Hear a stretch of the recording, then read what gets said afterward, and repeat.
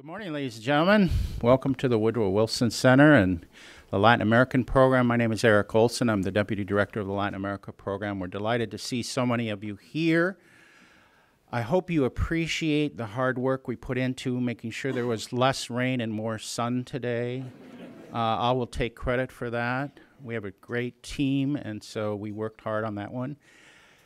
We thank you for coming. This event will be mostly in Spanish, almost entirely in Spanish, frankly. So if you need a translation device, please raise your hand, and we'll make sure you get one. We have one here in front that we need. Kata or somebody, can you bring one up here to the front? We are live streaming this event. It's on Facebook Live. I understand Facebook plunged, their stock market value plunged yesterday, but I'm sure today will help them recuperate that. But we're delighted that we have friends tuning in El Salvador to this event. So thank you all for being here. Let me just switch for a minute to Spanish. Como todos sabemos, la lucha contra la corrupción y la impunidad es fundamental para todos los países, pero en particular en el Triángulo Norte de Centroamérica, Guatemala, Honduras y El Salvador. Un pueblo que sufre de la corrupción masiva e institucional es un pueblo que vive con altos niveles de impunidad.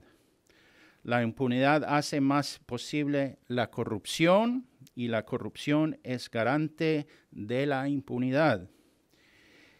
Y en contextos de alta impunidad y corrupción, el Estado se deslegitimiza ante el pueblo porque no puede garantizar su seguridad y crece la violencia. El Salvador no se ha escapado de esta realidad. Ha sufrido altas tasas de impunidad, de corrupción y de violencia. Sin embargo, y a pesar de este panorama, hay que reconocer algunos avances.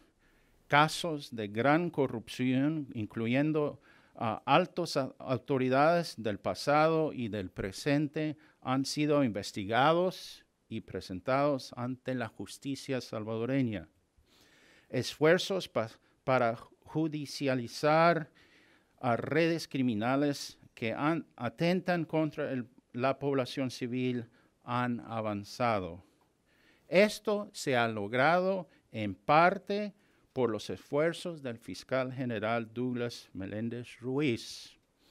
El día de hoy nos complace poder recibir al señor fiscal general del Salvador al Wilson Center para escuchar sus ideas y sus estrategias para enfrentar la corrupción e impunidad en El Salvador, y luego entraremos en una discusión o un diálogo con él y con todos.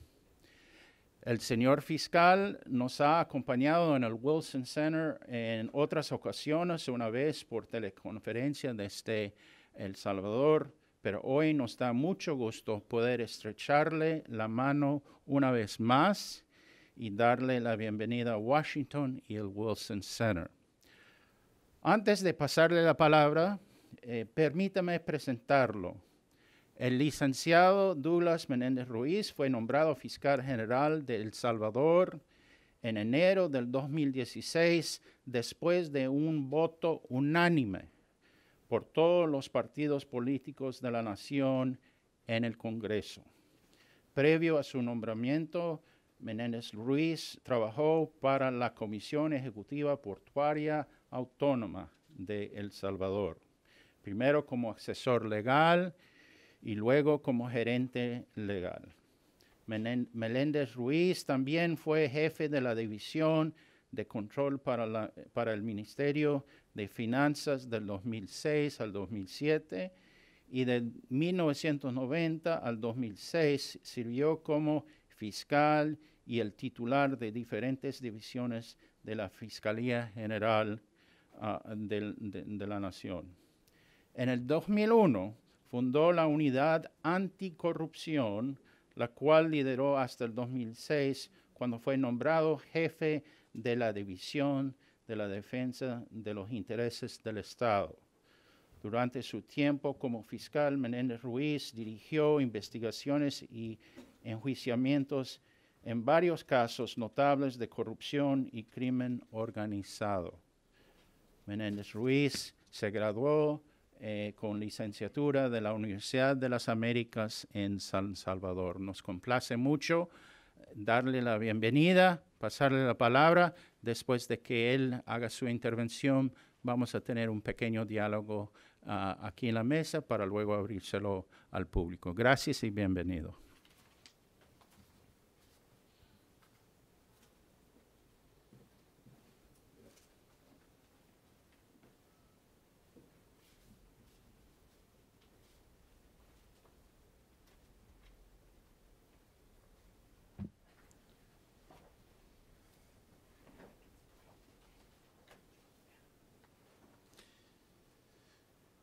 Muy buenos días a todos y a todas. Es para mí un gusto estar con ustedes. Es un placer de verdad poder intercambiar consideraciones en su momento que puedan ustedes hacer preguntas. Quiero agradecer infinitamente también a Wilson Center, a sus autoridades por esta invitación o por este espacio que me han permitido poder expresarme. El tema o la palabra impunidad y corrupción trae en nuestros países, quizás de Latinoamérica y precisamente en el Triángulo Norte, muchas consideraciones, ¿verdad? En contra y a favor. La palabra, mencionar la palabra corrupción en nuestros países, no mucho gusta escucharla a algunos también. Hablar sobre ese tema hace algunos años parecía un paradigma o parecía que nunca se iba a hablar sobre la corrupción. En El Salvador ha existido corrupción por muchos años, ¿verdad? Eso no se puede negar. Dado el tiempo que tengo, que no es muy largo, voy a tratar de hacer algunas consideraciones y creo que más importantes serán algunas preguntas de ustedes que las consideraciones que yo haré. La impunidad, en realidad, en El Salvador no está relacionada precisamente solo a la corrupción, ¿verdad? Por muchos años el ciudadano reclamaba que por qué había impunidad en muchos aspectos de nuestro país. Tanto en el tema del crimen, en la desigualdad social, también el ciudadano la ha relacionado siempre también con el tema de la impunidad, no solamente en el tema criminal. El ciudadano venía diciendo mucho sobre la corrupción, ¿verdad?, en nuestro país. Reclama impunidad en algunos delitos comunes, pero también ha reclamado la impunidad en otros temas como los crímenes de guerra. En El Salvador, ¿verdad?, post la guerra que tuvimos. Entonces, esa palabra o ese tema de impunidad en nuestro país siempre estuvo latente o sigue estando latente ahí en nuestra sociedad. La impunidad no significa más que la violación de la ley sin un proceso y sin un castigo, ¿verdad? Eso en general es, ¿verdad? Podrán haber muchas acepciones, pero básicamente es eso, ¿verdad? Alguien viola la ley, ¿verdad?, y no es ni investigado ni tampoco es castigado. Pero cuando hablamos de corrupción, se complica más la situación. En El Salvador, en tiempos de la guerra que se sufrió, pues no se hablaba mucho del tema de la corrupción, ¿verdad? Porque el centro estaba en el tema de la guerra. Pos la guerra lo que ocurrió es que se empezó a hablar ya del tema de corrupción en mi país. Pero el clamor ciudadano venía y pedía que se investigaran esos casos, pero nunca se investigaron. Entonces ocurría en El Salvador que se decía de parte de aquellas personas que estaban involucrados en estos hechos, en estos delitos de corrupción, que en El Salvador no había mucha corrupción, ¿verdad? Que la corrupción era en otros países, ¿verdad? Y se vino caminando por la guerra y llegamos a estos últimos años, a este último quinquenio, y entonces siempre se decía eso. Mire, voy a mencionar algunos países con todo respeto, pero el ciudadano decía, mire, si la corrupción quizás está en Guatemala, ¿verdad? Ahí es donde necesitan un organismo internacional como la CICIG, o quizás en Honduras, en otros países de Centroamérica, en Sudamérica, pero en El Salvador creo que no pasa mucho, ¿verdad? Aquí creo que tenemos corrupción, pero no hay mucha corrupción. Por supuesto, ese era el mensaje o lo que transmitía las personas o los grupos o los funcionarios o los funcionarios involucrados en casos de corrupción. Entonces, poco a poco, el tema de la corrupción vino caminando en otros países, pero en El Salvador no pasaba mucho. Su servidor, allá por el año 2001, yo fui fiscal 16 años, ¿verdad? Fue mi primer trabajo, el de fiscal, por allá por el año 1990, y me retiré en el año 2016. Yo fundé la primera unidad anticorrupción de la Fiscalía y yo recluté al personal. Pues yo investigué a un funcionario público que tenía que ver con la institución de las aguas en El Salvador, del agua. Yo lo investigué, yo lo procesé y terminó condenado.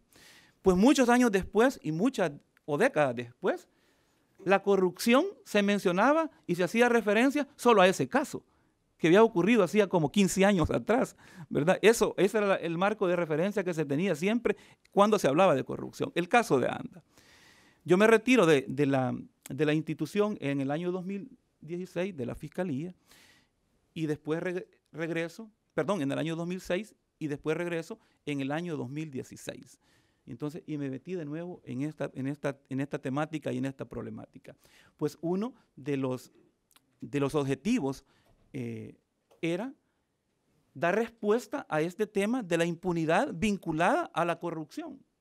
Porque en la calle, después del nombramiento que se me hizo, el ciudadano que se me acercaba, ¿verdad? O mandaban notas a la Fiscalía General de la República, lo que pedía era principalmente, entre todos los temas o casos a investigar, los de corrupción. ¿Por qué? Porque el ciudadano veía, o es posible que sigue viendo, ¿verdad?, que la impunidad está relacionada directamente a que la ley solo se aplica, dice el ciudadano en estas palabras, solo se aplica al de abajo, ¿verdad? Solo se aplica al pobre. Eso es lo que piensan los ciudadanos o han venido pensando por décadas los ciudadanos en nuestros países. Entonces, el reclamo era ese, ¿verdad?, al nuevo fiscal. Si el nuevo fiscal se iba a atrever a investigar este tipo de casos. Entonces, la pregunta era si iba a investigar de verdad la corrupción o si iba a seguir investigando como se venía haciendo, solo casos pequeños o casos, digamos, mínimos en algunas instituciones o en algunas municipalidades. Entonces,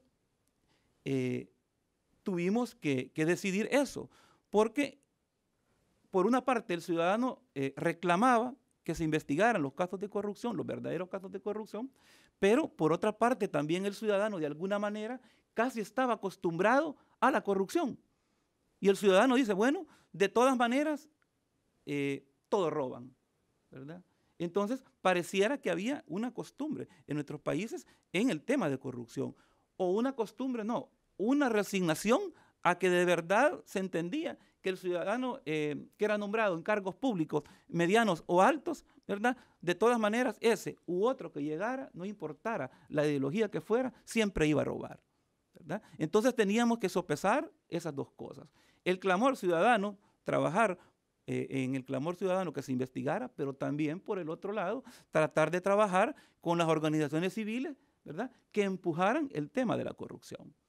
Es así como, entonces, tomamos la decisión, bueno, o vamos a hacer las cosas bien, o vamos a investigar, o no vamos a investigar. Complicado, entonces. ¿Qué nos encontramos a mi llegada en el año 2016 en la Fiscalía General de la República? Una institución que de alguna manera estaba permeada, ¿verdad?, que hay que aceptarlo, que de alguna manera habían influencias externas en esa institución. que nos tocó enfrentar duramente y responsablemente esa situación. Tuvimos que investigar internamente nuestro personal, hicimos decenas de cambios, separaciones de jefaturas y otras decisiones. Pero también tuvimos que tomar decisiones fuertes. Una de las decisiones fuertes que tuve que tomar fue tener que investigar a mi antecesor, al fiscal general de la República anterior, que en este momento está procesado, lamentablemente digo. Entonces nos tocó tomar decisiones en temas, digamos, sensibles e importantes. ¿Qué nos encontramos entonces en la institución? Una institución que no estaba respondiendo al clamor ciudadano, ¿verdad? Si estaba investigando, ¿qué estaba investigando? Pues lo que estaba investigando es si el robo o el hurto o la extracción de una computadora de una oficina pública, ¿verdad? Que se habían llevado unas resmas de papel, ¿verdad?, de una oficina pública y alguien se la robó. Que allá había una construcción que valía $500 y como que la construcción se había realizado un pariente de un alcalde. Esas eran las investigaciones de corrupción que nos encontramos nosotros en la Fiscalía General de la República cuando llegamos.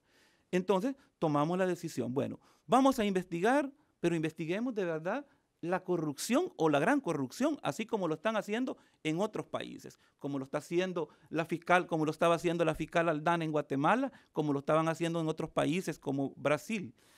Entonces, tuvimos entonces que comenzar a hacer los estudios correspondientes que teníamos que hacer en cuanto a las investigaciones. ¿Qué nos encontramos? Nos encontramos que, por un lado, teníamos poco fortalecimiento en la institución. Hay que tomar entonces la decisión en ese momento de si íbamos a tener que decidir investigar nosotros por sí, como Fiscalía General de la República, o íbamos a tener que acceder a un organismo internacional como estaba en Guatemala, la CICIG, o como está ahora la MACHI en Honduras. Entonces, la decisión que tomamos después de empezar a hacer algunos sondeos o evaluaciones o conversaciones con algunas personas fue que teníamos que investigar nosotros por sí. Porque si empezábamos a ver si se creaba un organismo internacional, yo les aseguro que hasta este día y a esta hora estuviéramos discutiendo todavía si ese organismo puede ser creado o no es creado, ¿verdad? Por los intereses de todo tipo que existían, de las personas investigadas, de las vinculaciones políticas, de las decisiones fuertes que tenían que tomar los gobiernos para poder llevar un organismo internacional a El Salvador. Entonces, lo más delicado y lo más fuerte fue entonces investigar, digamos, como institución la corrupción. ¿Por qué? Porque las decisiones, así como las investigaciones que se han hecho en Guatemala o se están haciendo en Honduras, son, digamos, investigaciones soportadas y fortalecidas por un organismo internacional. Pero es diferente en El Salvador, como lo hemos hecho y lo hemos enfrentado, que solo ha sido el fiscal general, digamos, el que ha tenido que soportar esas investigaciones y todas las decisiones que hemos tomado. Encontramos también desconocimiento y poca fortaleza de nuestros fiscales.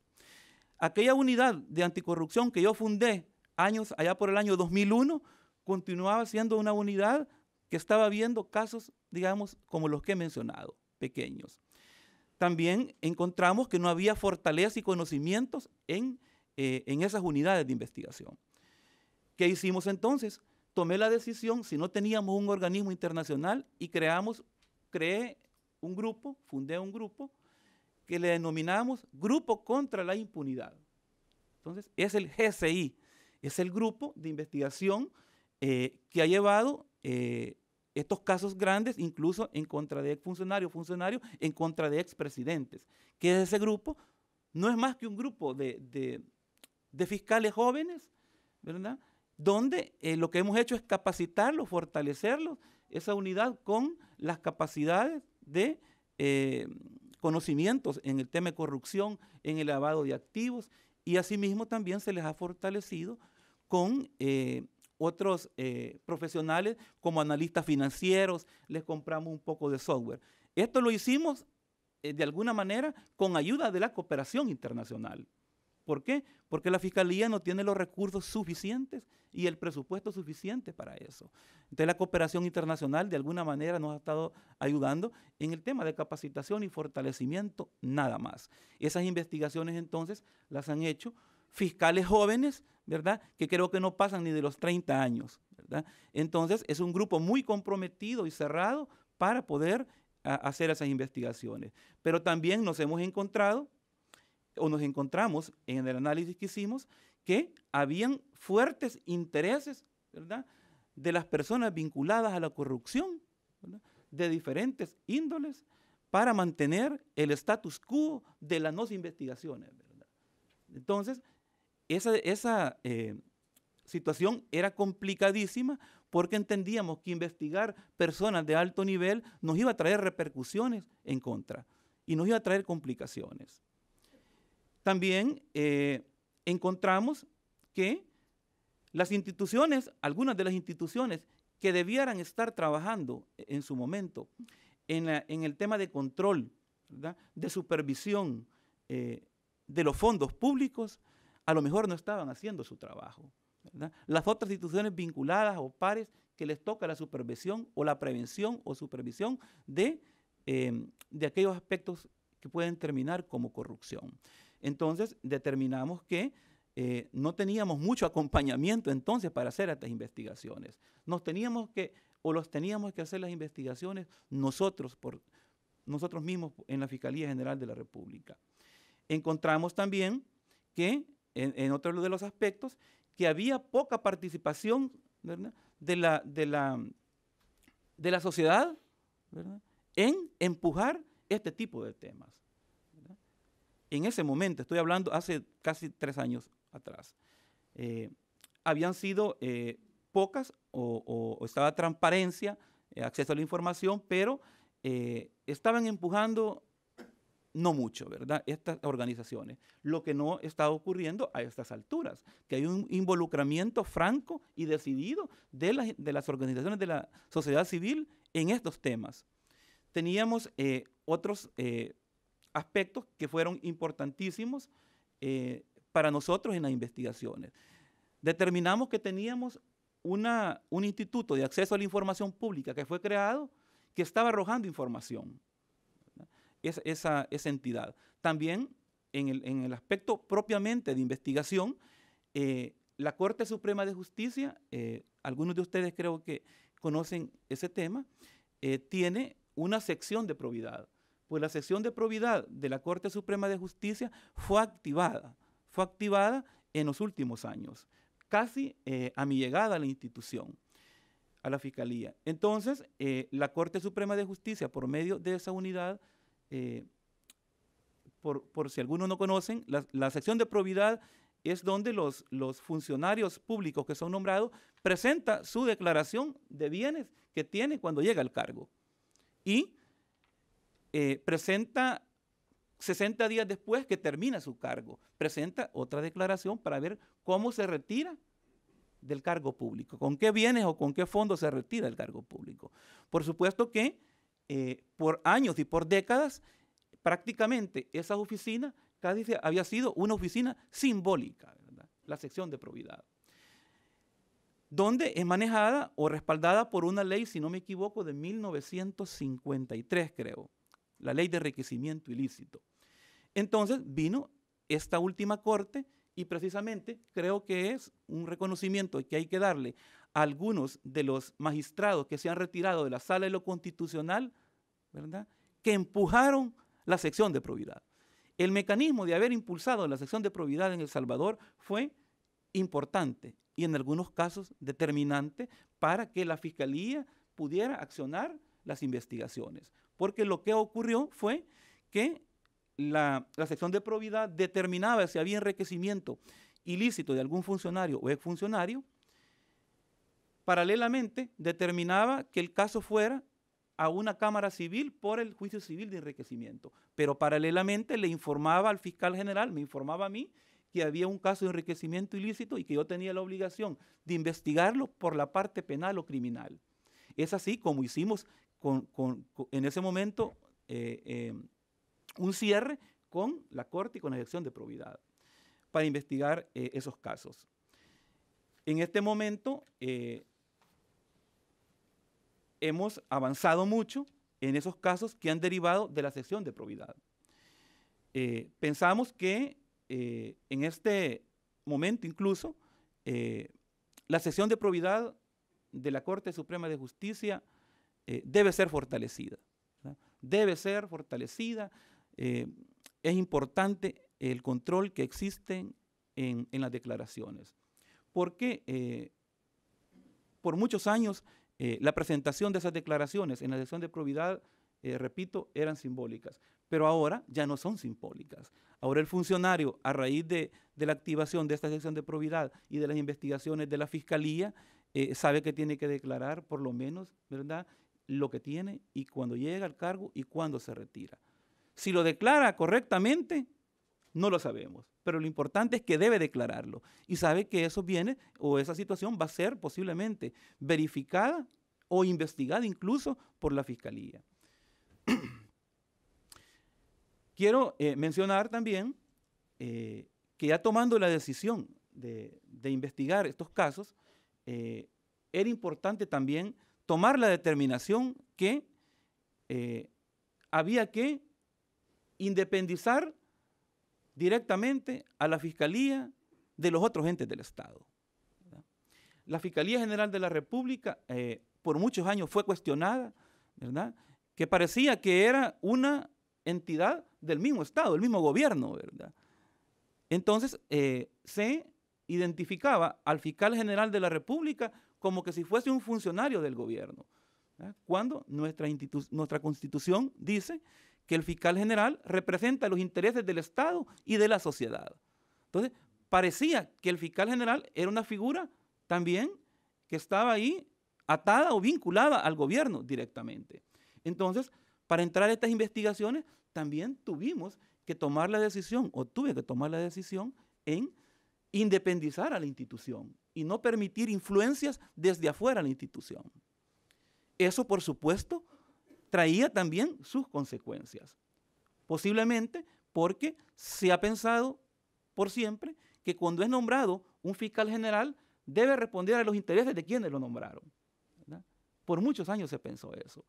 Y eso, digamos, es lo que ha traído por muchos años la incorrecta aplicación de la ley.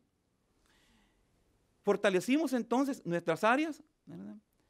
Dijimos que íbamos a trabajar en forma independiente, pero teníamos una problemática fuerte en el tema de corrupción. Si investigábamos como se había venido investigando o continuábamos investigando a aquellas personas vinculadas a actos de corrupción, pero sin tocarle los bienes, ¿verdad?, parecía que lo estábamos haciendo procesamientos penales, pero no causaban el efecto requerido como lo estaban haciendo otros países. Entonces fuimos a conocer, esta sí es como una intimidad que voy a decir, fuimos a conocer cómo estaban haciendo en Guatemala, cómo estaba haciendo la fiscal Telma Aldana en Guatemala para investigar estos casos. Fuimos también a conocer cómo estaban haciendo los brasileños para investigar estos casos. Entonces, esas prácticas nos han permitido poder ensamblar algunas investigaciones de alto nivel. Pero vimos, repito, que teníamos la problemática de los bienes, ¿verdad? Si se investigaba a alguien por actos de corrupción, por delitos vinculados a la corrupción, nunca a nadie se le habían tocado los bienes, ¿verdad?, a ningún procesado. Nosotros teníamos entonces que había sido emitida una ley de extinción de dominio, que no la tienen otros países, por cierto, ¿verdad? Esa ley de extinción de dominio fue emitida o dictada por la Asamblea Legislativa, ahí entró a principios del año 2013. Pues cuando esa ley fue emitida, ¿verdad?, casi era letra muerta, ¿verdad? Cuando yo llegué en el año 2016 a la institución, ya tenía, ¿qué?, 3 años o más de 3 años, y no había sido aplicada verdaderamente. Había sido aplicada en forma, digamos, poca, algunos casos pequeños de algunas personas, de algunos narcotraficantes. ¿Qué hicimos entonces? Tomar la decisión de aplicar la ley. Pero la decisión de aplicar la ley de extinción de dominio era la más fuerte e importante, porque ahí se está metiendo con los bienes, ¿verdad?, del investigado. Y eso es lo que más le duele al corrupto, es lo que más le duele a estos sujetos, que le toquen sus bienes. Porque usted lo puede mandar a la cárcel, lo puede procesar, y posiblemente por tantas situaciones esta persona o es puesto en libertad al final de un proceso, ¿verdad?, o es condenado, pero desde la cárcel está manejando sus fondos, sus bienes en el país y lo que tiene fuera del país. Entonces, la decisión de aplicar esa ley la hicimos. Empezamos entonces a aplicar la ley abajo, ¿verdad? Le empezamos a aplicar a algunas personas, a algunos investigados, incluso a las estructuras de las pandillas. Se les empezamos a aplicar también la ley de extinción de dominio. Pero luego elevamos el nivel a una segunda grada y se le empezamos a aplicar a algunos funcionarios, ¿verdad?, medianos, ¿verdad? Es ahí donde ya no gustó, digamos, el tema de aplicar esa ley. Luego subimos la grada y se le aplicamos la ley de extinción de dominio para incautarles bienes a otras personas en un tercer nivel. Ahí sí todo se complicó, ¿verdad?, completamente. Entonces vinieron los cuestionamientos a la ley de extinción de dominio, que era una ley violatoria, que era una ley inconstitucional y que el fiscal general estaba extralimitándose en estar aplicando esa ley y incautando bienes. Fue emitida una reforma contra esa ley, ¿verdad? Ahí por el año 2016, creo que fue, a finales o a principios del 17. Se emitió una reforma contra la ley. ¿Qué hacía la ley? Pues quitarle la fortaleza, como decimos, quitarle los dientes y la fuerza que tenía la ley. Entonces, ¿qué hizo la Fiscalía General de la República o el fiscal general? Bueno, no nos quedamos callados, fuimos a la Sala de lo Constitucional e interpusimos una demanda de inconstitucionalidad contra esas reformas. ¿Y qué hizo la Sala de lo Constitucional? Nos admitió esa demanda de inconstitucionalidad de esas reformas a la ley de extinción de dominio y suspendió el acto, ¿verdad? Y dijo, momento, mientras, ¿verdad?, no resolvamos en sentencia definitiva, no se van a aplicar esas reformas. Y la Fiscalía puede continuar haciendo su trabajo de investigación en extinción de dominio. Eso fue un gran aliciente y un gran respaldo de parte de la Sala de lo Constitucional. ¿Qué hizo la Sala de lo Constitucional? Previo a irse, una semana antes de haberse ido, hace unas par de semanas, emitió la sentencia definitiva de esa demanda. Y dijo, ¿verdad?, aquí no hay violación y dio los parámetros claros de actuación, ¿verdad? Clarificó algunas cosas, pero dejó la ley, ¿verdad?, fortalecida prácticamente como estaba. También, en un momento determinado, estábamos aplicando, además de la extinción de dominio, temas paralelos, elevamos el nivel de investigar a algunas personas utilizando las escuchas telefónicas, ¿verdad? Pasamos a intervenir y a ocupar el mecanismo de escuchas telefónicas en algunos casos. ¿Qué nos trajo también esto? Hubo también una interpretación en la Asamblea Legislativa de una disposición de las escuchas telefónicas, ¿verdad?, contra una disposición, un artículo clave de la ley de escuchas telefónicas. ¿Qué hizo la Fiscalía General de la República o el fiscal general? Tampoco se quedó callado. Fue a la Sala de lo Constitucional y presentamos un amparo. Me fui a amparar, ¿verdad?, en contra de esa interpretación que se había emitido de la ley de escuchas telefónicas. ¿Qué hizo la Sala de lo Constitucional? También emitió una resolución, una sentencia, suspendiendo el acto, ¿verdad?, en contra de lo que se había hecho. Entonces, eso nos permitió continuar. Lamentablemente, la sala terminó su periodo y no emitió una sentencia definitiva por eso. Así, hemos venido entonces en la lucha complicada contra la corrupción. Es decir, estábamos de alguna manera, lo he manifestado, investigando, luchando de alguna manera contra criminales, pero también estábamos de alguna manera luchando contra el sistema mismo, ¿verdad? Pareciera que en algunos países y en El Salvador lo más complicado no es investigar a los criminales, lo más complicado es luchar contra el sistema paralelo que usted tiene, ¿verdad? Entonces, a este momento ha ocurrido que hemos investigado algunas personas de alto nivel. Tenemos que hemos determinado en investigaciones grandes o fuertes, hemos investigado a 3 expresidentes de la República, ¿verdad? Un expresidente de la República que falleció, ¿verdad? Entonces se extinguió la acción penal. Entonces, ¿qué hizo la Fiscalía? Activó el procedimiento de extinción de dominio. Y fuimos con el procedimiento de extinción de dominio, que ahí no interesa si la persona, digamos, está viva o está muerta. Investigamos un segundo caso, ¿verdad?, que está a punto, que creo que como son casos públicos, los puedo mencionar. El primer caso fue el caso del expresidente Flores, ¿verdad?, que falleció, en el caso de extinción de dominio que le aplicamos. El segundo caso fue el caso del expresidente Saca, que está procesado y está a punto de ir a una audiencia la próxima semana.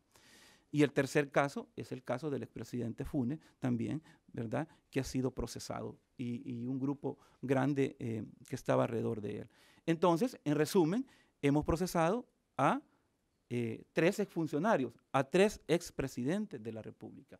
Vea usted qué complicado, ¿verdad?, llegar a ese nivel. Lo mismo que ha ocurrido en Guatemala también. Entonces, el caso de El Salvador como que ha sido más mediático o más posicionado lo que ha ocurrido en Guatemala. Pero en El Salvador también hemos llegado hasta bien arriba en estas grandes investigaciones, en estos casos. Por supuesto, hemos encontrado cosas complicadas, ¿verdad?, que no deberían de ocurrir en un país. Hemos encontrado en los últimos 2 casos, de los últimos 2 expresidentes, que fueron extraídos más de 600 millones de fondos públicos, ¿verdad?, de fondos del Estado, de los impuestos de los salvadoreños fueron extraídos de ahí. Entonces, ¿qué significaban? Más de 600 millones, creo que casi 700 millones. ¿Qué significaba esto? Bueno, en lo social, más escuelas, ¿verdad?, mejores hospitales, medicinas, ¿verdad?, y todo lo que tiene que ver con la inversión de los fondos públicos. Pero en este punto es importante mencionar que en un momento determinado también vimos, o pareciera, que muchos ciudadanos no hay conciencia de que el tema de la corrupción le daña directamente, ¿verdad? Entonces, muchos sí lo entienden, pero otros no, de que es afectado, ¿verdad?, cuando hay casos de corrupción, porque la no inversión de los fondos públicos le afecta directamente al ciudadano. Bueno, dicen que la corrupción es el impuesto que paga el pobre, dicen, ¿verdad?, algunos. Entonces, investigar estos y otros casos que lo hemos hecho, ¿verdad?, de los casos que venían de probidad, creo que hemos ensamblado 6 o 7 casos civiles de los que derivaron de la sección de probidad. Eso nos ha traído, entonces, digamos, no ha gustado y ha traído algunas consecuencias. ¿Cuáles han sido las consecuencias? Bueno, amenazas a su servidor directas, ¿verdad? Hay investigaciones por amenazas a mi persona. En algunas de estas amenazas, últimamente en intervenciones telefónicas surgió, yo no lo hice público, ¿verdad?, pero el caso fue terminado, esa investigación donde habían escuchas telefónicas en un caso de crimen organizado por narcotráfico. El caso lo pasamos a los juzgados y allá los periodistas vieron que en las investigaciones y en las escuchas telefónicas decían los de estas estructuras que al fiscal Douglas Meléndez, ¿verdad?, salía y terminaba el periodo el 5 de enero del próximo año y que ese día se diera por muerto porque le iban a matar a su familia y hasta el perro. Imagínense qué complicado investigar la corrupción en nuestros países. Complicadísimo. ¿Qué he tenido que hacer? He tenido que venir a la Comisión Interamericana a pedir medidas de protección, así como lo hizo la fiscal Aldana también en Guatemala. Y entonces, las consecuencias de tomar decisiones, de investigar este tipo de casos de corrupción, son fuertes. Hay amenazas, conspiraciones, difamaciones. Entonces, ponemos en un balance lo siguiente, digamos, los recursos que puede tener una institución como la Fiscalía General de la República o la pueden tener otras instituciones, otras fiscalías o ministerios públicos en otros países, y los fondos que pueden tener los corruptos y las mafias, que son muchos, ¿verdad? Eso, digamos, es determinante. Nosotros continuamos con un presupuesto que no es el adecuado en El Salvador. Es un presupuesto mínimo que no sirve para investigar, ¿verdad? Y investigamos los criminales, el crimen está acá y nosotros estamos acá, ¿verdad? No lo enfrentamos directamente. Por eso es que hacemos acciones simbólicas y fuertes en casos de corrupción. Y en otros casos también como narcotráfico, lavado de activos, tráfico de personas, porque los recursos que tenemos, digamos, no son los óptimos. Pero, claro, los corruptos y los mafiosos tienen para regalar. Nos montan campañas. Algunos que andan huyendo fuera del país, desde afuera, tienen montadas campañas mediáticas en contra de la institución y en contra de su servidor, ¿verdad? Internamente, ¿verdad? Contratan lobistas y contratan personas para atacar la institucionalidad, ¿verdad? Nosotros no tenemos recursos para hacer eso. Nosotros solo tenemos las investigaciones propias que hacemos. Entonces, hay un poco de todo, hay conspiraciones, hay difamaciones y hay, digamos, un poco de todo. Pero esto no ocurre solo con el fiscal general, esto ocurre con aquellos funcionarios, ¿verdad?, en nuestro país que quieren hacer las cosas dentro del marco legal y quieren hacer las cosas bien. Por falta de tiempo, yo voy a tratar de sintetizar, pero creo que hay algunas preguntas importantes que se pueden hacer en el tema de corrupción y en el tema de la impunidad. Una es más una reflexión que una pregunta. Dirá, basta que con que las instituciones actúen para combatir la corrupción y la impunidad. ¿Bastará que solo las instituciones lo hagan? Mi respuesta pareciera que no. Se necesita que la sociedad civil se involucre, que el ciudadano tome conciencia que el fondo público que se roban es de él, ¿verdad? Y que son, digamos, los fondos que van a estar para sus hijos y para sus nietos, ¿verdad? Pero también se necesita que las instituciones, las entidades de la sociedad civil, como las fundaciones, las ONGs, las universidades, se involucren en el tema y empujen el tema también para que el funcionario público se quede e investigue. O también apoye, ¿verdad?, desde distintos ámbitos la lucha en contra de la corrupción. ¿Qué ha ocurrido entonces? Hemos determinado que en algunos países el ciudadano reacciona de diferente forma en este tema de la corrupción y la impunidad. No es lo mismo como reacciona, digamos, un ciudadano en mi país como reacciona en Guatemala. Si usted ha visto en Guatemala, algunos conocen, ¿verdad?, las grandes manifestaciones y las expresiones en la calle del ciudadano, ¿verdad? Pero eso, digamos, potencia, ayuda y fortalece a las instituciones y también a sus funcionarios. Entonces, concluyo que en el tema no basta la acción sola de las instituciones como la Fiscalía. Se necesita que las entidades de la sociedad civil accionen, determinen y que estén ejerciendo de forma alguna controles en la transparencia. También es importante, ¿por qué? Porque debe fortalecerse desde esas organizaciones y estar vigilantes de la institucionalidad, ¿verdad?, valga la redundancia, en las instituciones.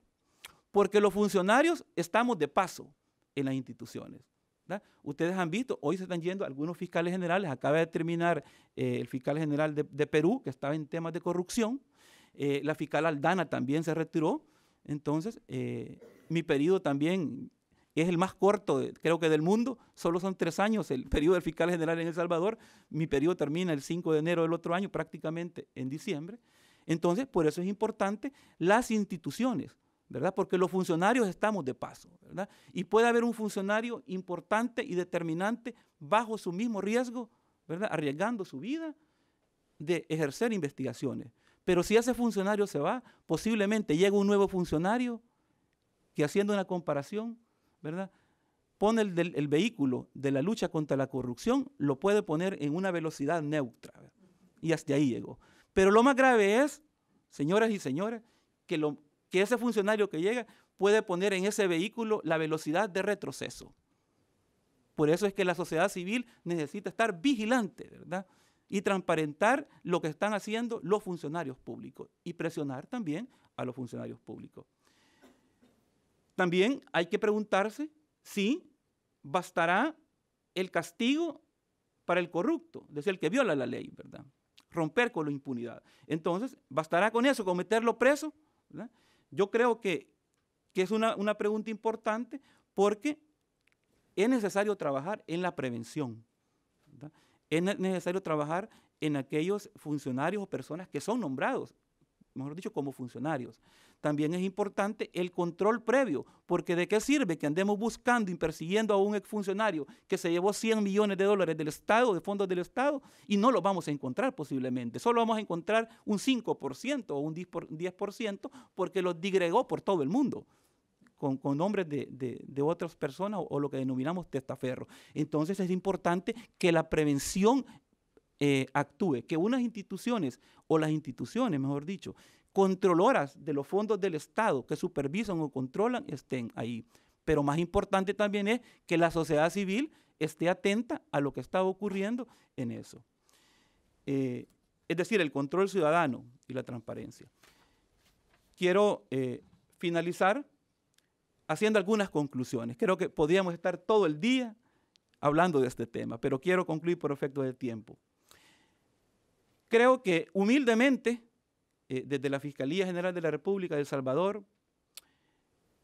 contribuimos a romper la cadena de la impunidad, ¿verdad? ¿Por qué? Muy modestamente lo podemos decir. Ahora, la ley se le aplica igual a un obrero, igual que a un expresidente de la República, ¿verdad? Lo que jamás hace años era posible.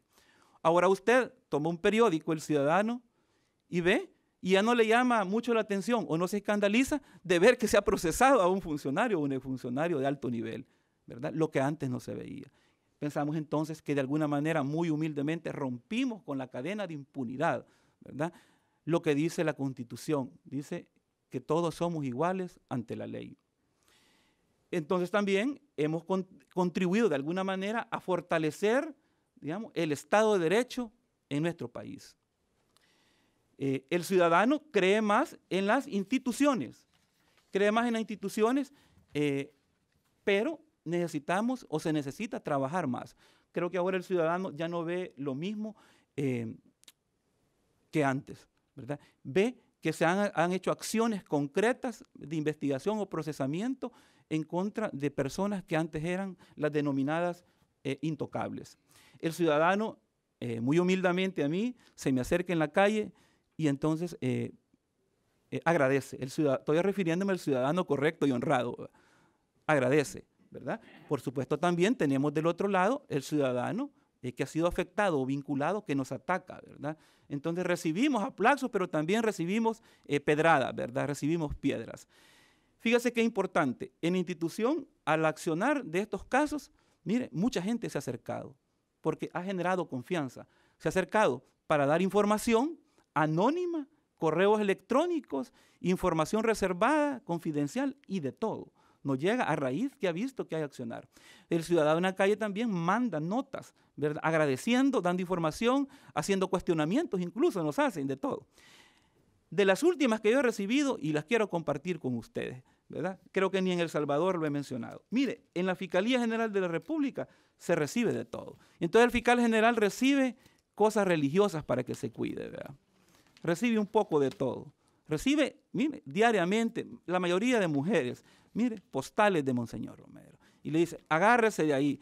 La última tarjeta que recibimos, una serie de cartas, pero me llamó la atención porque esta es de un ciudadano salvadoreño, de una mujer, es originaria de Cabañas, en un departamento de El Salvador, donde creo que es conocido por el tema de la minería. Y que esta carta tiene julio 14 de 2018. ¿Verdad? Acaba de ser. Dice esta carta, dice esta mujer, que me voy a reservar el nombre, dice, señor fiscal general de la República de El Salvador, Douglas Meléndez, y staff, dice, y lo pone en color rojo, mire. Dice, deseo darle las gracias por todo el trabajo que está realizando. Son unos años duros. La verdad, están haciendo historia. Que Dios los bendiga y proteja siempre, en nombre de todos los compatriotas comprometidos que simpatizamos con ustedes y la verdad. Miles de gracias a todos.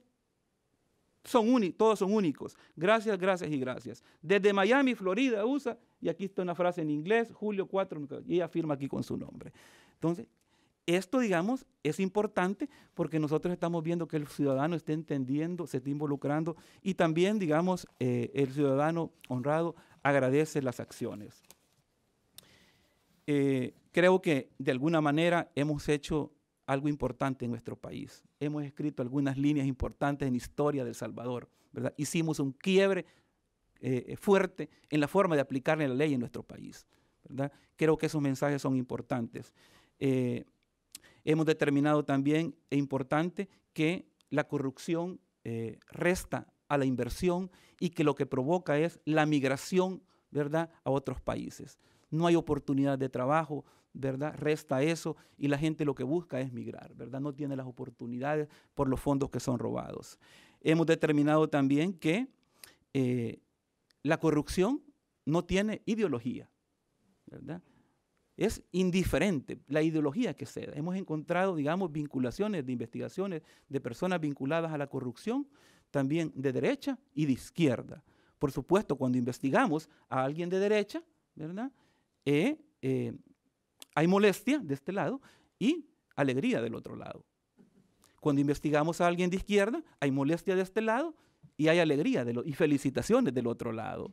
Pero entonces es complicado. Nos llega a la conclusión que no tiene color, es como el agua. Inodora e incolora la corrupción, ¿verdad? No tiene color ni ideología. Puede ser de cualquier lado.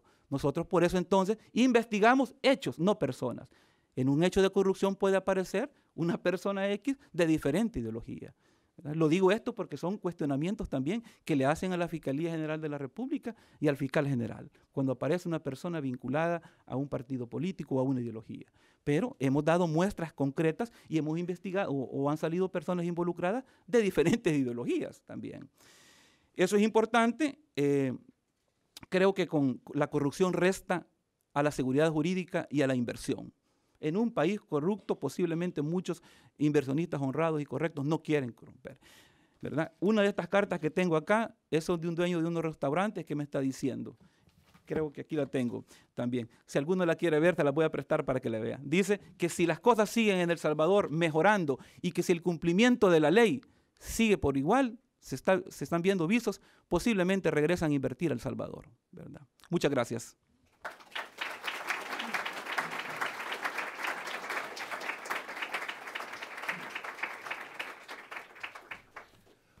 Bueno,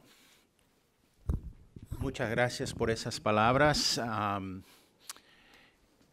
Vamos a tener un tiempo de diálogo con el público, pero así como lo sugiere el señor fiscal, hemos también invitado a la sociedad civil salvadoreña, a la licenciada Leonor Arteaga, para que también haga algunos comentarios en esta mañana. Así que déjame presentar a Leonor. Leonor Arteaga Rubio es oficial principal de programas para el programa sobre impunidad y justicia transicional de la Fundación del Debido Proceso Legal, DPLF, conocido en Washington. Se unió al equipo de la Fundación en enero del 2012. Arteaga Rubio obtuvo su licenciatura en Derecho en El Salvador y cuenta con 15 años de experiencia en el campo de los derechos humanos, tanto dentro de la sociedad civil como en servicio público o servicio civil en El Salvador. Antes de unirse a DPLF, a la Fundación, trabajó como defensora del pueblo adjunto para derechos del niño y la juventud en la oficina del Procurador de Derechos Humanos en El Salvador. Así que gracias al fiscal primero, pero también a Leonor por sus comentarios y al terminar ella le vamos a pasar la palabra a ustedes. Así que gracias. Adelante, Leonor. Muchas gracias a Wilson Center, a Eric en particular, al programa de América Latina por esta invitación. Un saludo al señor fiscal y a todas las personas que nos acompañan en esta mañana. Creo que este evento es un reflejo del interés, del renovado interés sobre El Salvador y sobre la lucha contra la corrupción. yo quiero hacer un reconocimiento a los esfuerzos en el combate, ¿no?, a este fenómeno que ya nos relataba el señor fiscal, y también a las contribuciones significativas que hizo la Sala de lo Constitucional que recién terminó en El Salvador hace unos días. Efectivamente, la corrupción en El Salvador hasta hace algunos años no se percibía como una situación grave y extendida en el país, ¿no? Y se pensaba que finalmente ocurriría y que era inevitable, y la ciudadanía normalizó la corrupción como parte de la política en El Salvador y aprendió a aceptarla como un mal inevitable, y finalmente se pensaba que la ciudadanía tendría que elegir a políticos que robaran menos, ¿no? Esto ha venido cambiando en los últimos años en el país, y también influenciado por las luchas significativas contra la corrupción sistemática en Guatemala y en Honduras. En primer lugar, lo que ha venido cambiando es que ha habido una sociedad civil todavía sectorizada, pero efectivamente hay una sociedad civil que ha venido profesionalizándose y que se ha posicionado sobre el tema y que ha ejercido litigios y que ha venido tratando de colocar una agenda de cambio en temas de lucha anticorrupción. Sin embargo, esta sociedad civil no es toda la sociedad civil.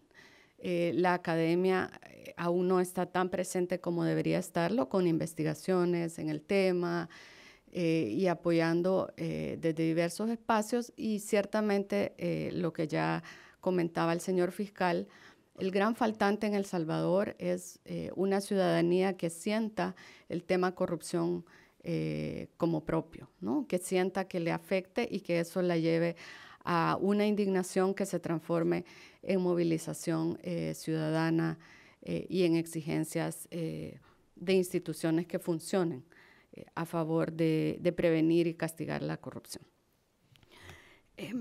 De todo lo que nos contaba el señor fiscal, creo que quiero rescatar dos elementos que creo que son muy importantes y que están presentes en algunas de las acciones que la Fiscalía en El Salvador ha venido desarrollando, pero que aún necesitan seguirse mejorando, ¿no? Y también por eso quiero hablar de estos dos puntos, porque son como lo que viene o lo que debería venir, especialmente porque el mandato del señor fiscal está a menos de 6 meses de concluir, y es importante que se piense en la necesidad de que haya continuidad y mejora de los esfuerzos que se han venido conduciendo.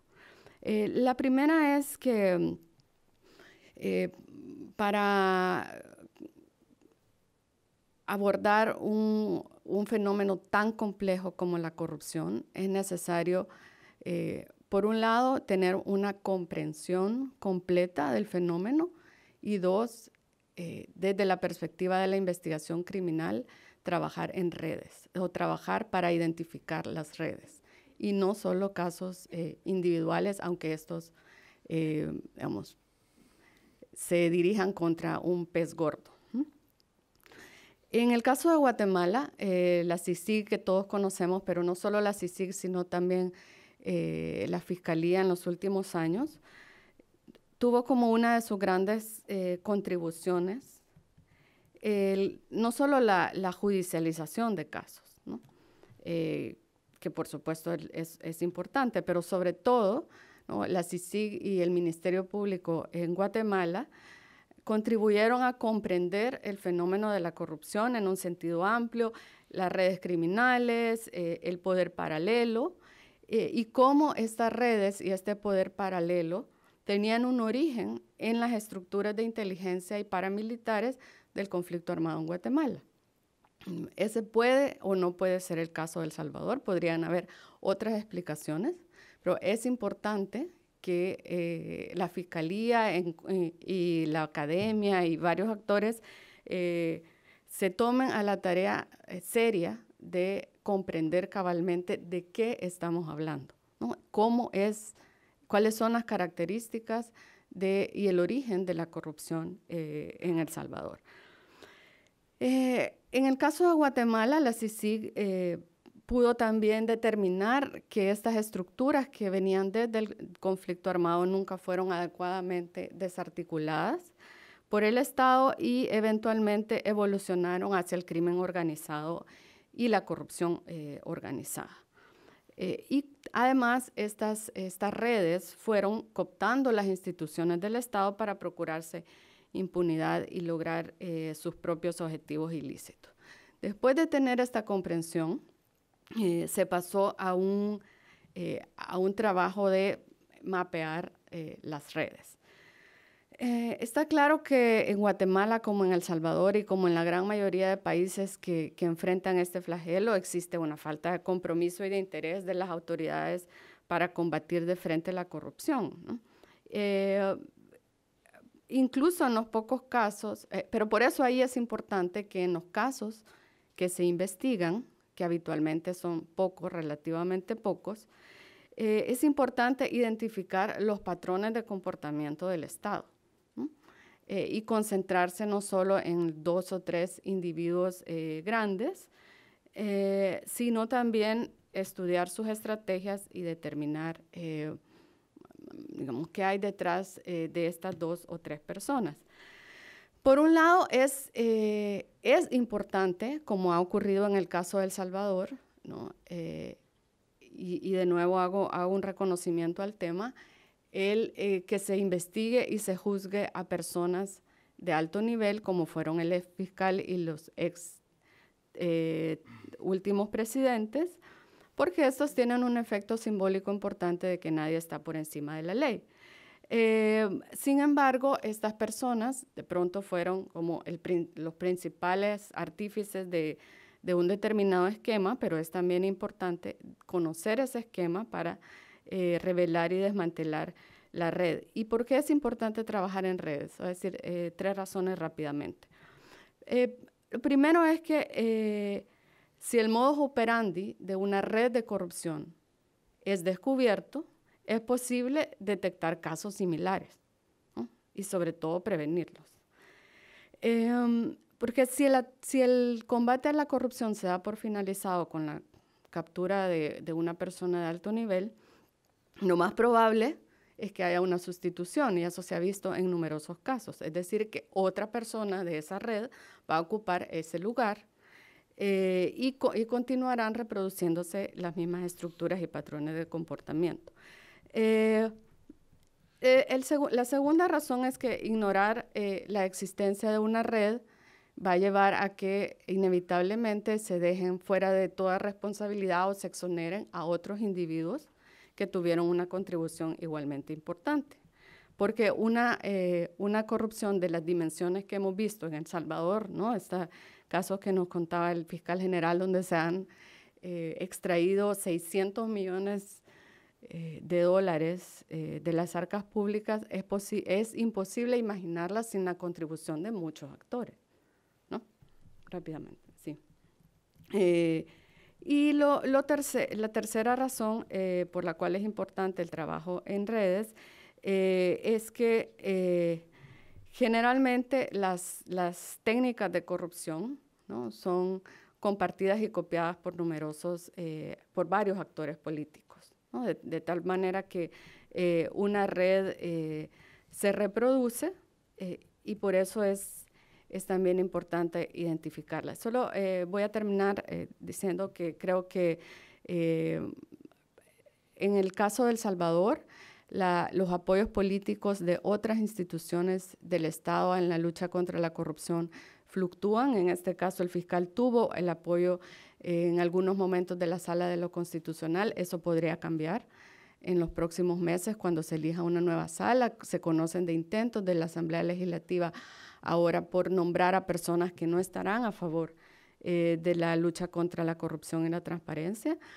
Sin embargo, cuando hay mayor o menor apoyo político, la clave es una fiscalía autónoma y fuerte, especializada, y también jueces independientes. Y para una fiscalía fuerte, por supuesto, están los factores que todos conocemos, ¿no? Las capacidades internas. También es importante que hayan fiscales que tengan incentivos para hacer bien las cosas y que a su vez sepan que si no se investigan los casos habrán sanciones internas. Y finalmente el apoyo de la comunidad internacional y la alianza con la sociedad civil de todos lados es clave, ha sido clave en el caso de Guatemala y creo que en El Salvador se debe seguir por esa línea. Gracias, Leonor. Le vamos a dar oportunidad al señor fiscal de responder, pero quiero recoger quizás 2, 3 preguntas de la audiencia y también me permito informarles que el fiscal ha concedido recibir a la prensa por unos minutos después de esto, así que yo prefiero que si hay preguntas de la audiencia no sea ahorita de la prensa, sino que ellos también puedan conversar con el fiscal después de terminar el evento. No sé si hay 2 o 3, por favor levanten la brazo. Aquí un señor enfrente, Jeff Theo de WOLA, buen amigo, gracias Jeff. Adelante, Jeff. No, Jeff. Gracias, muy rápidamente, gracias al señor fiscal, gracias a Leonor también. Señor fiscal, ¿puede darnos un poco una actualización de su unidad de investigación de casos históricos? Porque eso tiene que ver también con la corrupción corriente. Y quiero decir, si quieren hacer la pregunta en inglés, está bien, tenemos traducción. If you want to make your question in English, you're welcome to do that. Ambassador Michael here in the middle up front. And I'll take one more after that, uno más después del embajador. Gracias, señor fiscal general. Felicidades en sus avances y sus logros en la lucha contra la corrupción y la impunidad. Tuve la oportunidad de estar en San Salvador hace 2 semanas para el diálogo participativa sobre este tema. Y mi pregunta es si ve usted ahora un cambio en la mentalidad pública a favor del Estado de Derecho para crear una cultura más de legalidad dentro del país, porque esta participación pública, como dijo usted, es muy importante. Gracias. Gracias. Y una última pregunta aquí enfrente, por favor. Right up here in front. Señor fiscal, muchas gracias por los comentarios de haberle visto la semana pasada. Mencionó en su discurso la interrelación que ha tenido con Telmaldana y Guatemala. Una de las cosas que quería preguntar es si los cortes de alto impacto, de alto riesgo que ellos habían formado en Guatemala, pudiera ser necesario en El Salvador para asegurar de que los casos de corrupción y también de los crímenes de homicidio, que también se empuja, llega a una conclusión más rápido. Y en eso, ¿cómo mida sus propios éxitos mirando hace 3 años en términos de reducir la impunidad y a la vez de traer a la justicia los responsables? Gracias, Mike. Si tenemos tiempo, vuelvo a otras preguntas, pero por el momento le quiero dar oportunidad al señor fiscal. Sí, creo que cortamente, en el caso de lo que comentaba en relación a la línea que comentaba sobre el comportamiento de estas redes, creo que lo que ha ocurrido, no sé si la expresión sea la correcta, pero creo que lo que ha ocurrido en muchos países, ¿verdad?, de Latinoamérica, es que el combate a la corrupción se ha puesto de moda, ¿verdad? Y creo que eso es importantísimo. En estas estructuras que se han evidenciado en varios países, el factor común es que sí, efectivamente, han habido estructuras o redes montadas para eso. Y eso, digamos, es lo peligroso, ¿verdad? No es que un funcionario llegue al puesto y ahí se le ocurrió, digamos, extraer fondos públicos, robar esos fondos públicos. Lo que se ha encontrado, por lo que yo conozco en otros países como Brasil y otros países de Sudamérica, Guatemala, El Salvador y otros países, es que se montaron estructuras en el Estado, en el gobierno, digamos, precalificadas o predeterminadas, ¿verdad? Entonces, con factores, digamos, tan complejos como estos casos que hemos tenido nosotros, que encontrar esa red nos ha llevado, en el último caso, 1 año 7 meses, casi 2 años, encontrar esa red compleja, ¿verdad? Tan sofisticada para montar la extracción de fondos, donde tienen que ver diferentes digamos, elementos dentro del Estado mismo o entre los gobiernos mismos. Está la persona, digamos, que avala que esos fondos fueran trasladados a cuentas especiales reservadas que hemos encontrado. Hemos encontrado que ahí habían actores encargados en esa estructura pública para distraer esos fondos que fueran pasados a otras cuentas privadas en bancos, digamos, estatales o privados. Y ahí han actuado otros entes también particulares o personas, ciudadanos particulares que no eran funcionarios ni empleados públicos, prestándose para el testaferrato o para retirar fondos, digamos, y distraerlos, que es lo que se conoce como lavado, para otras cuentas o sacarlos fuera del país. Nos hemos encontrado situaciones tan chocantes y aberrantes en El Salvador, en esas estructuras de extracción de fondos, que por ejemplo en el último caso encontramos que 192 millones de dólares fueron extraídos de un banco público en El Salvador, ¿verdad?, que eran dineros, ¿verdad?, estatales. Fueron extraídos en efectivo, ¿verdad? No es que fueron transferidos a cuentas, por cuentas y todo eso que usualmente se hace. No, fueron retirados en efectivo, ¿verdad?, en bolsas plásticas. Entonces, no es posible, y eso, digamos, es la situación complicada que debe entender el ciudadano. No es posible que los fondos públicos sean malversados de estos fondos cuando en nuestros países todavía tenemos pobreza, todavía tenemos casas de plástico y de cartón, todavía tenemos niños descalzos o no hay acceso a la educación suficiente en las escuelas.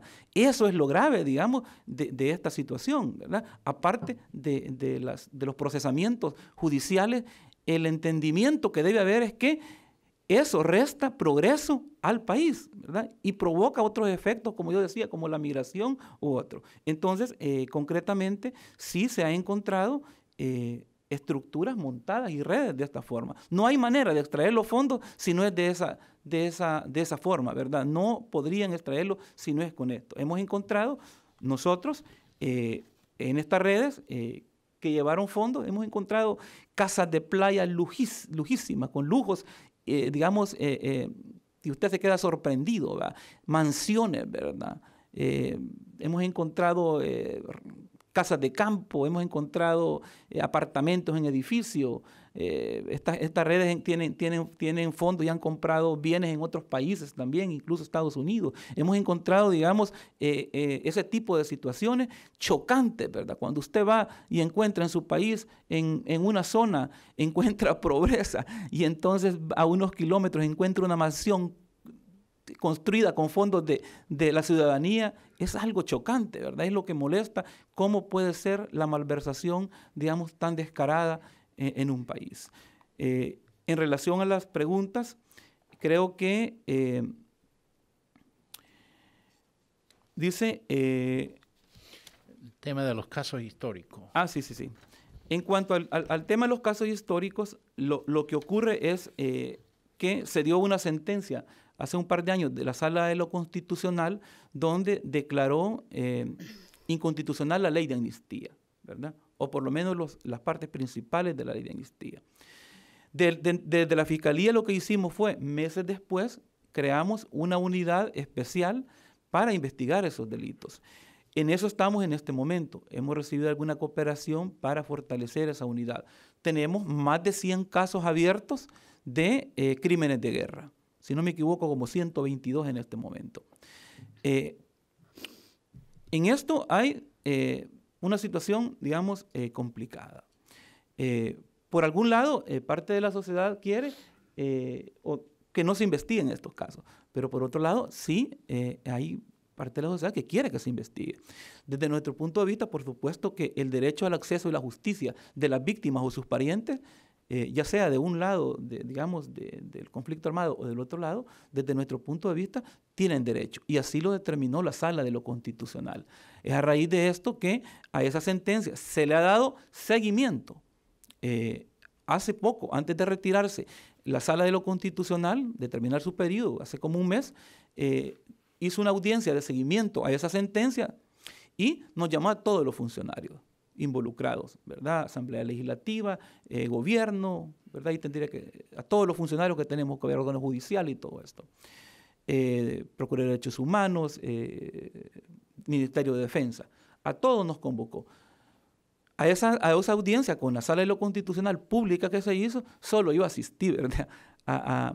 A responder y a dar la cara. Ningún funcionario más fue, solo mandaron a sus apoderados. Entonces, después de estas audiencias, la Sala de lo Constitucional emitió, antes de retirarse, una resolución de seguimiento, la Sala de lo Constitucional, hace unas semanas.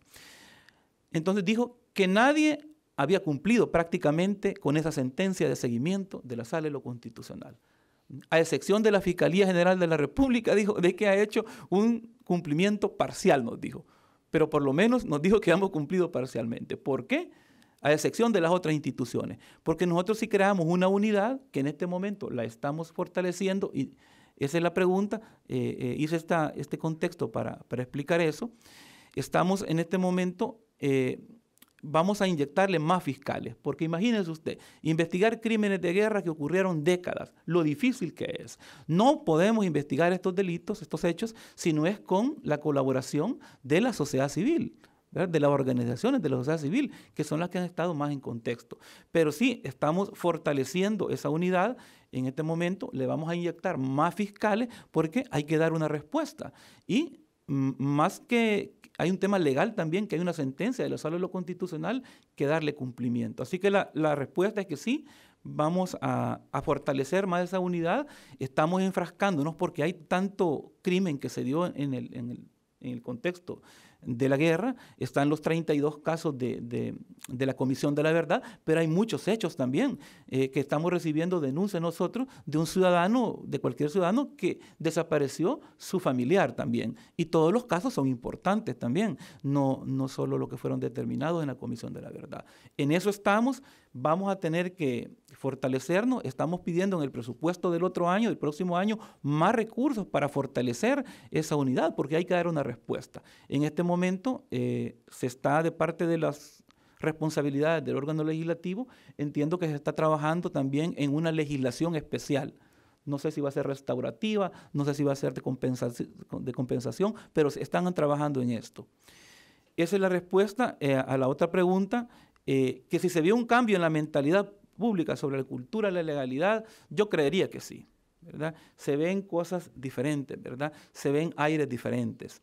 En este momento hay un proceso, estamos en un proceso prácticamente ya de las elecciones presidenciales del próximo año en El Salvador, y se ve uno de los temas, por ejemplo, que tocan es ¿verdad? No se menciona como la legalidad, pero sí se menciona como el cumplimiento de la ley. Y casi todos dicen, hay que luchar contra la corrupción, ¿verdad? Creo que todos los que están pretendiendo participar en esas elecciones mencionan ese tema.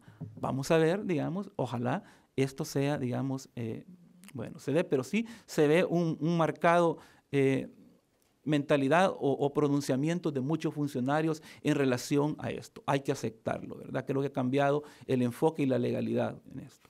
Y la última pregunta era el tema de las cortes de alto impacto en Guatemala.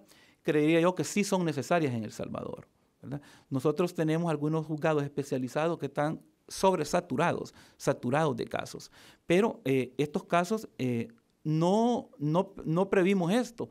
Entonces la pregunta hoy es, nosotros tratamos de hacer las cosas desde la Fiscalía, pero recordarán ustedes que el sistema judicial es una cadena, es un contexto, ¿verdad? Está la Policía de Investigación, está la Fiscalía y después está el órgano judicial, están los jueces. Nosotros tratamos de potenciarnos, de fortalecernos y de entrar a estas investigaciones, pero nos olvidamos también que hay un sistema de justicia, ¿verdad?, que también debía ser fortalecido. Y hoy muchos se hacen la pregunta, ¿será que el sistema de justicia estaba preparado para estos grandes casos como lo han habido en otros países? ¿Verdad? En Guatemala ha habido una respuesta con estos tribunales de alto impacto, juzgados especializados para conocer. Nosotros estamos en un programa en este momento y creo que ahí por mediados del mes de septiembre, el presidente de la Corte Suprema de Justicia, creo que el ministro de Justicia, la Procuradora General y su servidor vamos a Guatemala, precisamente para ir a ver y observar cómo están funcionando estos tribunales de alto impacto, que posiblemente se necesiten en nuestro país. Gracias. Se nos acaba el tiempo. Voy a permitir una pregunta más porque lo prometí. Por favor, tráiganle el micrófono. Le voy a dar la palabra a Leonor brevemente si quiere hacer algún comentario adicional y concluimos con cualquier última palabra que tenga. Acá, de este lado.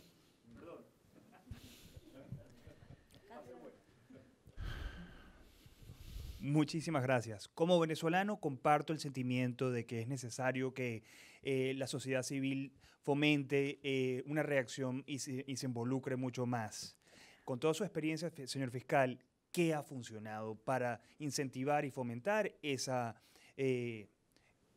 ciudadano que se involucre? La tecnología, la prensa, la radio, cuerpos de la parte como estilo en Nicaragua, que está en la parte, el sector privado está en contra. Por favor. Ok, gracias. Me torció el brazo. Mi buen amigo Alexander, también salvadoreño. Alexander, sí, muy breve. Gracias, muy breve. Gracias, fiscal. Gracias, Leonor. Gracias, Eric. Una pregunta.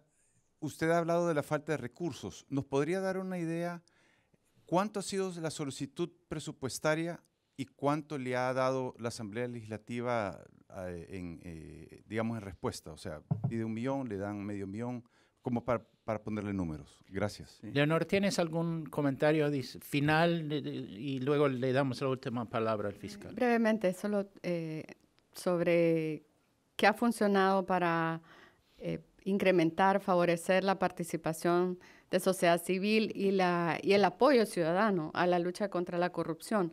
Bueno, aquí voy a hablar un poco de El Salvador y experiencia comparada rápidamente. Creo que un tema fundamental es que la información le llegue a la ciudadanía de forma clara, ¿no? Es decir, en la medida que estén más informados de qué está pasando en materia de corrupción, eso favorece.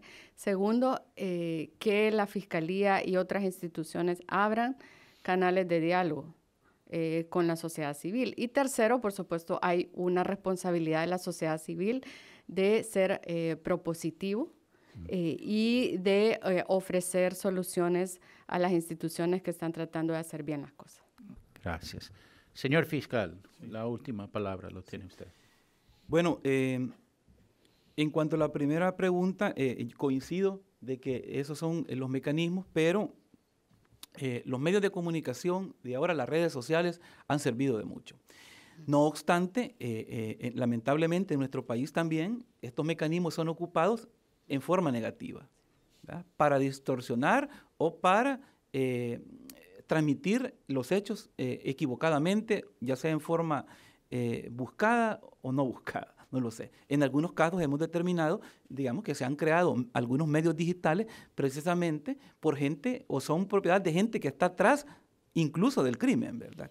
Gente que incluso nosotros la tenemos investigada o que anda ahorita en forma de prófugo. Entonces, el medio de comunicación puede ser utilizado y ha funcionado como un mecanismo, digamos, y las redes, para poner los temas y empujar esto, pero también ha sido ocupado o puede ser ocupado en forma negativa. Entonces, creo que eso es.